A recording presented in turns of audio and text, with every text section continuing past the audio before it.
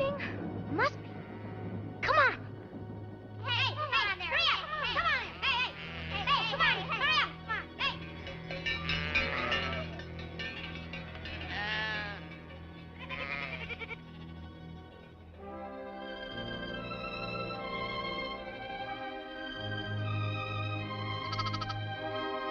What are you looking at?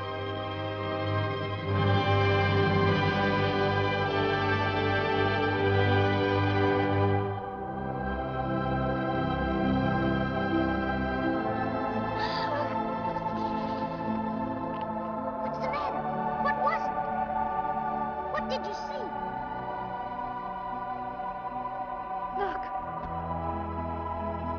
Over there. I don't see anything. Don't be afraid. I won't hurt you. Come here to me, won't you?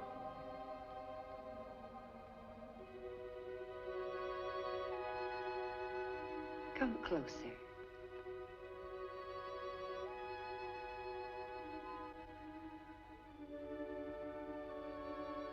There, that's better.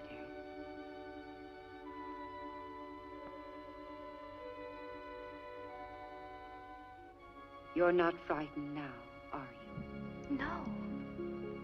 Where does your excellency come from? I am from heaven.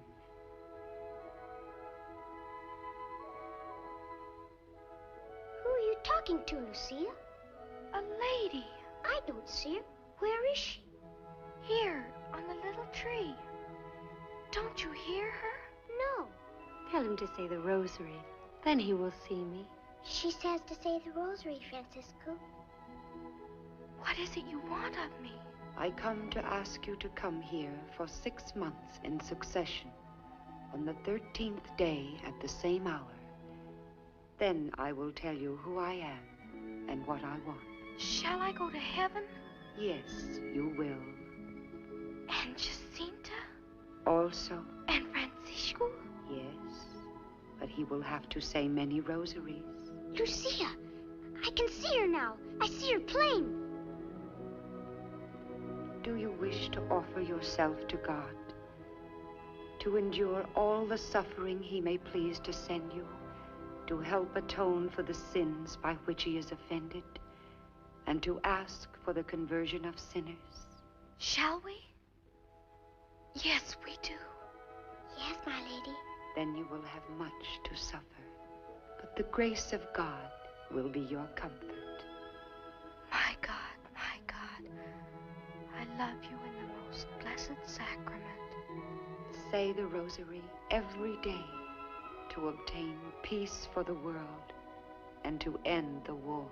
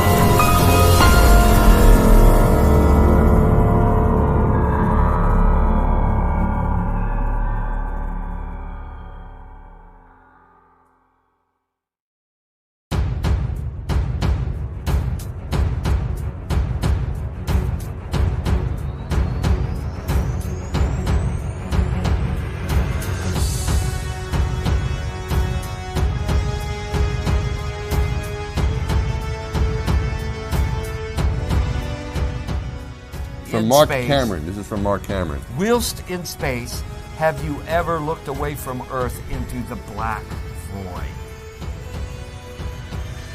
Yeah. So because you can see, because you can see the stars. Oh yeah. You know, and pretty much all the time you can see the stars. Yeah. It's not a black void. I mean, it's black, but there's all kinds of little polka dots. There's all the stars there, and the cool thing is about it, you can see it during the day. Yeah, you can, and there's more than stars. You can see planets. You can see moons. You see the gas.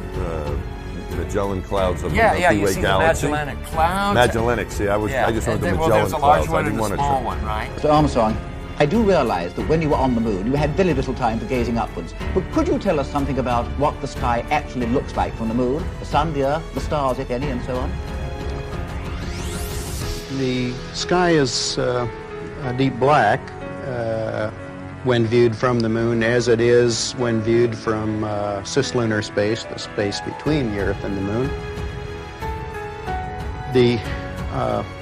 The Earth is the only visible object other than the sun that can be seen, although there have been some reports of seeing planets. I myself did not see planets from the surface, but I suspect they might be visible.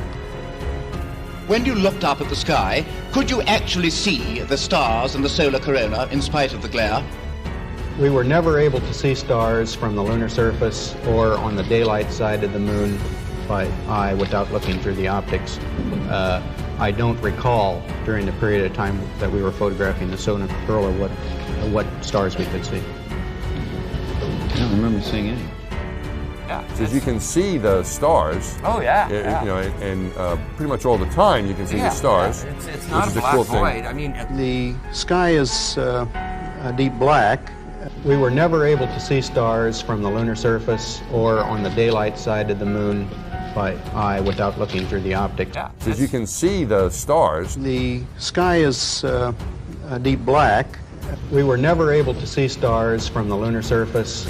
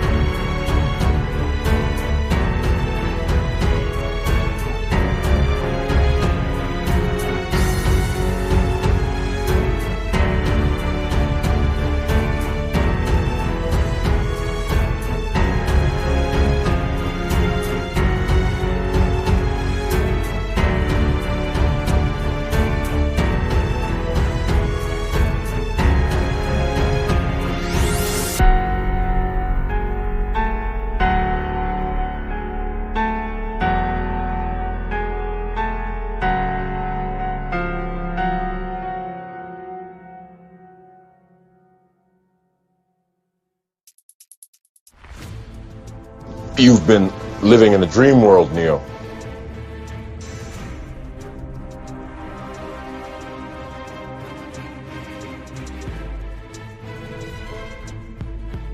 You can feel it when you go to work, when you go to church, when you pay your taxes.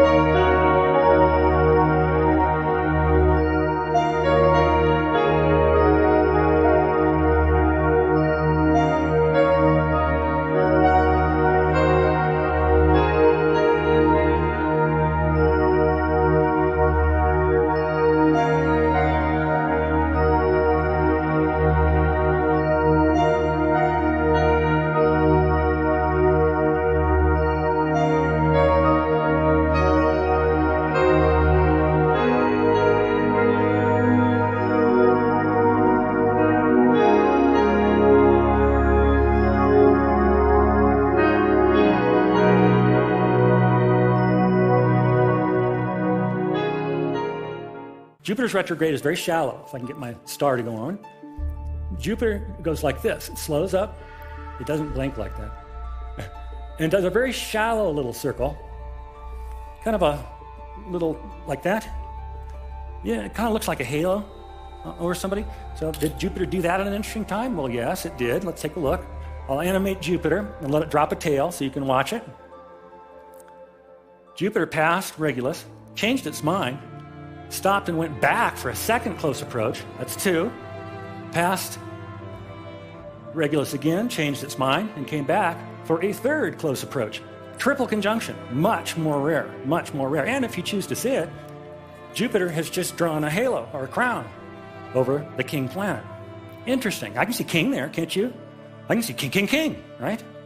Some people would say, well, king, king, king, new king, or maybe it means birth. I don't know. I can't get much more out of that, but I do see king there. Very true. A lot of stuff still missing, though. I mean, I don't see the Jewish nation up there anyplace. So, of course, there's more. Next, I want to ask you a question. 12 Jewish tribes. One produces Messiah. Which one? Anybody know? You're right. Say it louder.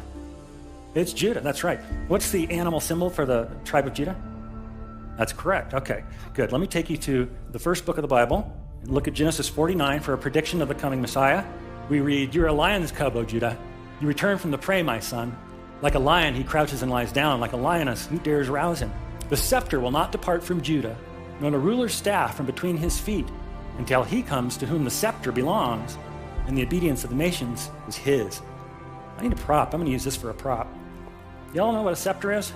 The thing that kings hold to show that they're kings, right? I want you to remember this scepter because it's going to show up again. Okay? So this is a prediction of Messiah coming in his role as King of Kings. Well, that association with the Lion of Judah, that helps us. Let's go back to the sky.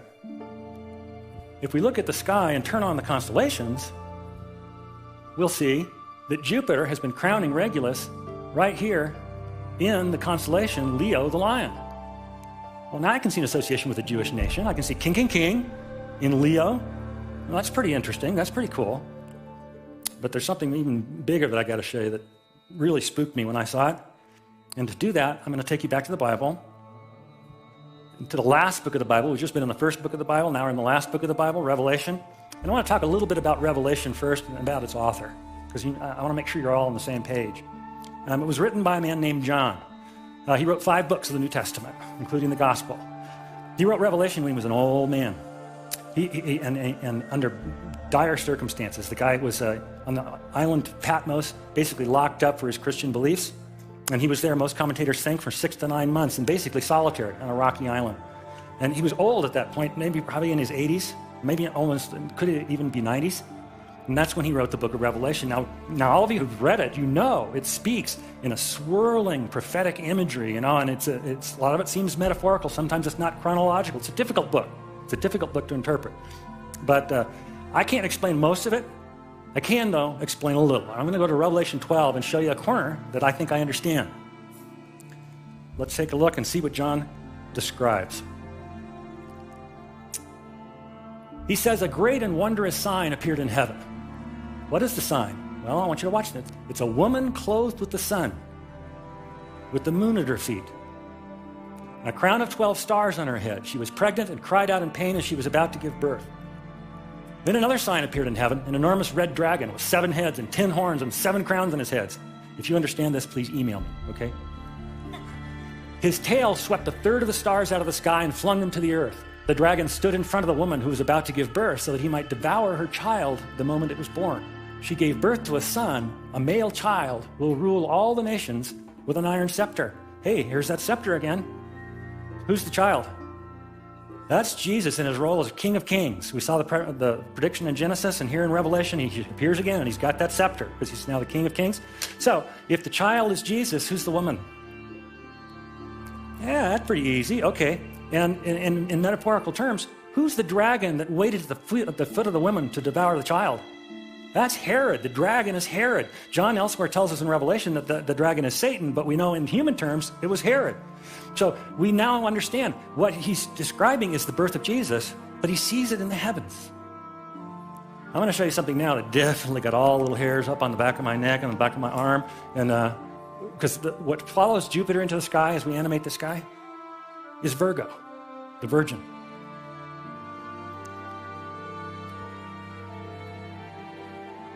And she is clothed in the sun. And she has the moon at her feet. It's just a crescent moon, a very small crescent, barely visible moon. There's a reason for that. This is Jewish New Year, Rosh Hashanah. The sheer weight of symbolism in the sky on this day blew me away. In September of 3 BC, when Jupiter is coming in a close conjunction with Regulus, the king planet and the king star, that happening in Leo, the lion representing the nation of Judah, the tribe of Judah, that rises in the sky, and behind it rises Virgo, the Virgin, and she's clothed in the sun, and she has the moon at her feet. It's exactly what John describes in Revelation 12. It's what he saw in his vision. It's obvious. They couldn't zoom, but we can, so I'm going to zoom in, way in,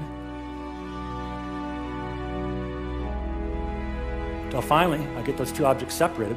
One of them's Jupiter, the other one's another planet. You're going to tell me which one, too. Men are from Mars, women are from Venus. That's the mother planet.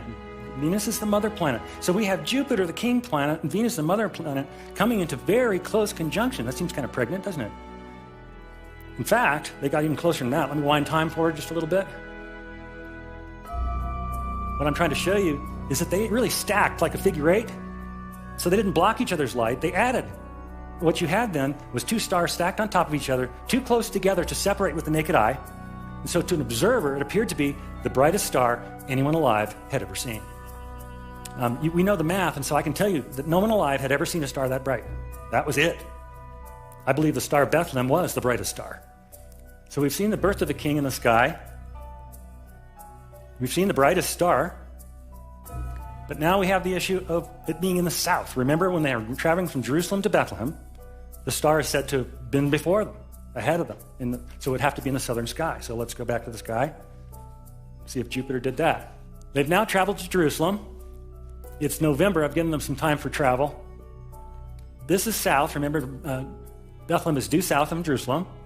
And then 7 in the morning, sure enough, there in the sky, in the southern sky, is Jupiter over the little town of Bethlehem.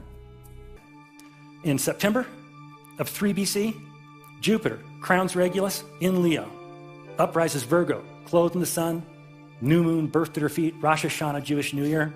9 months later, the biggest planet goes together with the brightest planet to make the brightest star anyone alive had ever seen. Where? Right over Jerusalem as it sets. The Magi ride.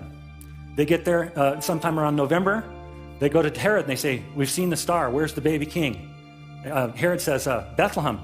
So they're leaving the gates of Jerusalem to go to Bethlehem, 5-mile trek. And they look up, and there's the star. There's Jupiter, right over this little town of Bethlehem. One of the guys, he's the guy who does the math for the group. He's going, wait. It's in full retrograde. It's stopped right over the little town of Bethlehem. They ride down to Bethlehem on 1225 2 BC. We know that's the date because that's when the star stopped. They're carrying gifts, remember? Frankincense, gold, and myrrh. They find the baby boy. Is he living in a manger? No. He's moved. He's in a house now. He's described in Greek as a paidion. He's a toddler. They find the baby boy, and they present these fabulous gifts to him on what turns out to be the first Christmas, 1225 of 2 BC.